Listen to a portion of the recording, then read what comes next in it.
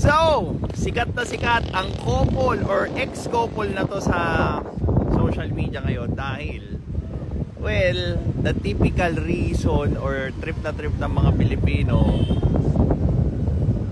ikalat yung away mag-asawa or away mag-jowa sa internet para ma-validate yung feelings ng naiputan sa ulo.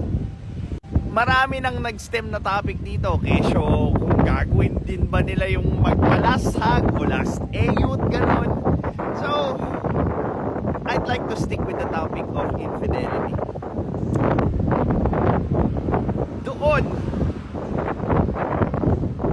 sa reason kung bakit ginawa or nangyari yung infidelity. Ngayon, a lot of the people or influencers will, advise, hiwalayan mo na yan, ganito, ganyan, ganyan, ganyan. Now, yes, given, okay, you have all the reasons. Now,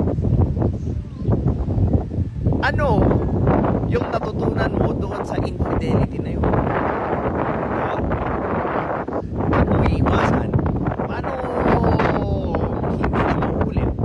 Hindi mo maalam kung bakit nangyari. Diba? Cheating is cheating.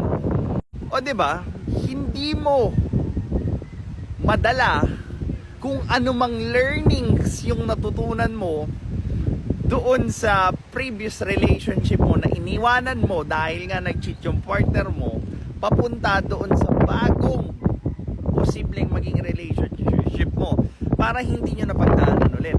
Bakit? Kasi nga hindi mo alam. Wala kang natutunan about doon sa nangyari. It's just always, cheating is cheating kasi kaya hiwalay na agad. Again, who's going to say na hindi mangyayari yan sa next relationship mo? And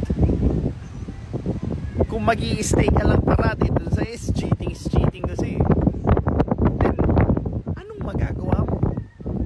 O diba? It's now going to be the same pattern, same loop over and over again. And the worst case scenario here is that every time na papasok ka doon sa loop na yun, makakabuo ka ng pamilya. Every time na dadaan ka sa ganyang klaseng problema, masisira dahil lang sa hindi mo alam kung paano ayusin. Well, this is your lifestyle coach Mark. You could book a free clarity session so that we could check if we could work together. Have a good day.